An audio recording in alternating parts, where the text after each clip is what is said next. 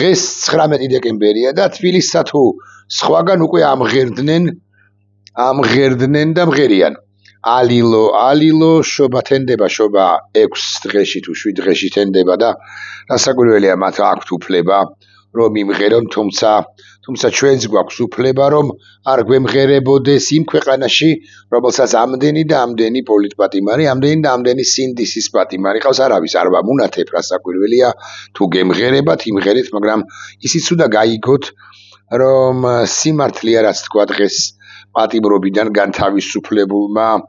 ზურა ჯაფარიძემ, რომელსაც ეგრა მაგის პასუხია 2 თვეში, 3 თვეში შეიძლება ის შეაბრუნონ კიდეც. ზურა ჯაფარიძემ თქვა დაახლოებით ვართ მიჯნაზე, რომ ვიყოთ ჩეჩნეთის მაგვარი რაღაც წარმონაქმნი. ეს აღარ არის დამოუკიდებელი ქვეყანა, ჩვენ აღარ გვაქვს დამოუკიდებელი საგარეო პოლიტიკა, ამ ქვეყანას მართავს თავიდან ბოლომდე რუსეთი. შიგნითაც რაღაც ეტაპი, როდესაც რეჟიმი მალავდა თავის სახეს,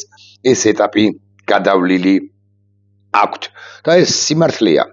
სიმართლეა მათ შორის, იმიტომ რაც თქვი 2 თვეში, 3 თვეში ზურა შეიძლება შეაბრუნონ, 2-3 თვეში თუ ვინმეს გამოუშვებენ, ისინიც შეიძლება შეაბრუნოს ამ რეჟიმმა საპატიმროში. სიმართლეა იმიტომაც რომ რატომ იცით, დილის 11-ის ნახევარზე უნდა გაენთავისუფლებინათ ზურა დღეს საპატიმროდან, მისი ოჯახის წევრები, შვილები მათ შორის უნდა მისულიყვნენ და მამას უნდა მიფერებოდნენ, მამას უნდა ჩახუტებოდნენ, ის სიხარული უნდა განეცადათ ბავშვებს იქ ადგილზე საპატიმროსთან, ციხესთან, რა სიხარულსაც განიცდიდნენ ისინი მამის საპატიმროდან განთავისუფლების და პირველი მამის დანახვისთანავე, მაგრამ ამ ბანდა ხელისუფლებამ, რომელიც ჩეჩნეთისაკენ მიაქანებს ჩვენს ქვეყანას, აი კადიროვის ჩეჩნეთისაკენ მიაქანებს ამ ქვეყანას, ზურა ჯაფარიძე მასთან ბოდიში და გამოვაგდო დილის 8 საათზე მაისური სამარა და უთხრა რომ ახლა შენები არ არიან მოსული და ახლა რაც გინდა ისქენიო და ახლობებით 40 წუთის საათის განმავლობაში ზურა ეძებდა ვინმეს, რომ ვინც შეიფარებდა მას და მე ტაქსის მცხოვრმა შეიფარა, მე დარეკა და მე უკვე წამოვეშურა სახლისკენ და იქ თუ ნახა შვილები, ოჯახის წევრები, მეუღლე, ოჯახის წევრები, შვილები და მომხრეები, თანაგუნდელები და არა მხოლოდ თანაგუნდელები, არამედ მოქალაქეები, ვინც შესანიშნავად ხვდება რა გაუკეთა ამ ბანდა ხელისუფლებამ, სრულიად უდანაშაულო ადამიანს, ამ შემთხვევაში ზურა ჯაფარიძეს და სხვებიც ის უკვე პრაქტიკულად 2 ასეული მოქალაქე, ვინც საპატიმროში ყავს მძევლებად გამომწყვლეული ამ ხელისუფლებას, ცხადია არიან უდანაშაულოები. ჩიბურდანიძე ყავთ თუ არ ვწდები, ადვილად დამახსოვრდა ეს გვარი, იმიტომ რომ მაია ჩიბურდანიძე გახსენდება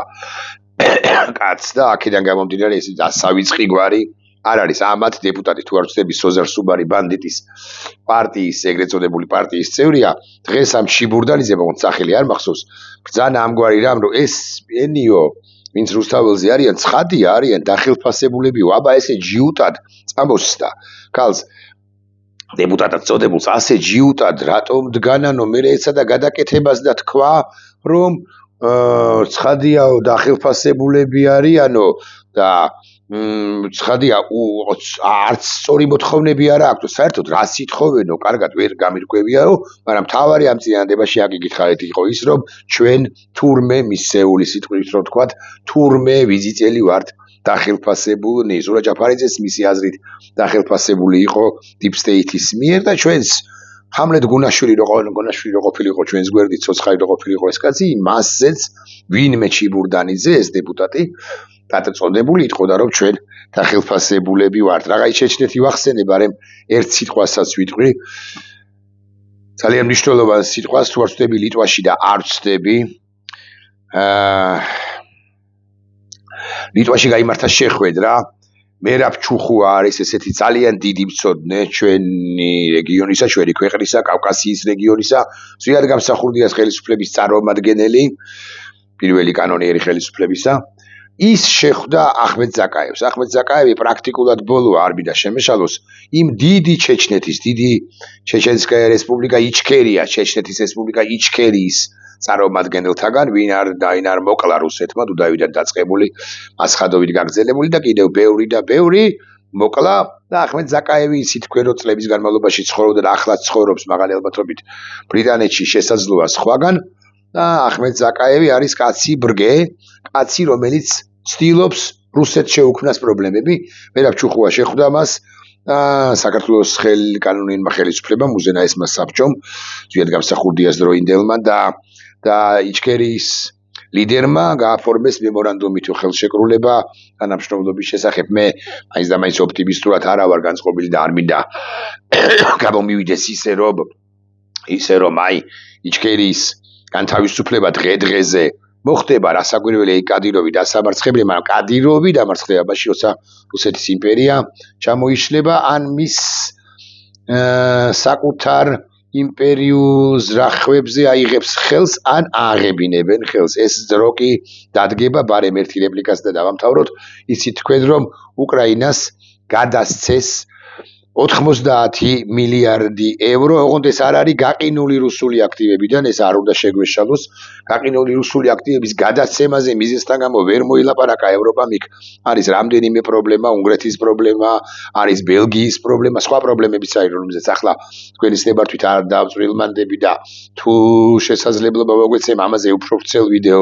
ბლოგს ჩავწერთ. ეს არის სესხი, რომელიც ევროკავშირმა გამოუყო უკრაინას სასიცოცხლოდ მნიშვნელოვანი იყო ამ თანხის გადაცემა უკრაინისათვის, რომელსაც ყველა მიმართულებით ახლა თუ გულახდილები ვიქნებით უჭირს. მაგრამ რაც მნიშვნელოვანია, სესხს მოემსახურება არა უკრაინა, არამედ რუსეთი ამ გადაწყვეტილების თანახმად, მას შემდეგ, როდესაც ის დამარცხდება და უკრაინისათვის რეპარაციას დაიწყებს, რეპარაციის და კომპენსაციის თანხების გადახდას დაიწყებს, ანუ ეს არის დათქმა. რუსეთი როცა დამარცხდება და რუსეთი როდესაც მზად იქნება რომ გადაუხადოს უკრაინას, გადაუხდის არა უკრაინას, არამედ გადაუხდის ევროკავშირს და ასე დაიფარება ეს სესხი ისტორიული გადაწყვეტილება. ყველას რომ მეტნაკლებად ყველას რომ მოეწონა და რუსეთიც კი გასაღიზიანებელი, ჩასაკლავი და ასე შემდეგ არ არის ნამეტანი გააღიზიანებული, იმიტომ თავად ხომ ფიქრობს რომ ამ თანხას არც არასოდეს არ გადაუხდის უკრაინას, მაგრამ რამდენადაც რუსული აქტივები სამუდამოდ არის გაყინული, ორი კვირის წინადელი განცხადება და გადაწყვეტილება ევროკავშირისა, შესაბამისად ის 300 მილიარდი, რეალურად კი 210 მილიარდი, რომელიც ევროპაშია დალექილი და ამ 210 მილიარდიან უმრავლესობა ბელგიაში, რუსეთმა მოკლედ ეს თანხა უნდა დაივიწყოს. რამდენიმე თემას შევეხე, ესე გამოვიდა, წარმატებას გისურვებთ დღის განმავლობაში, დაგიბრუნდებით. ნახვამდის.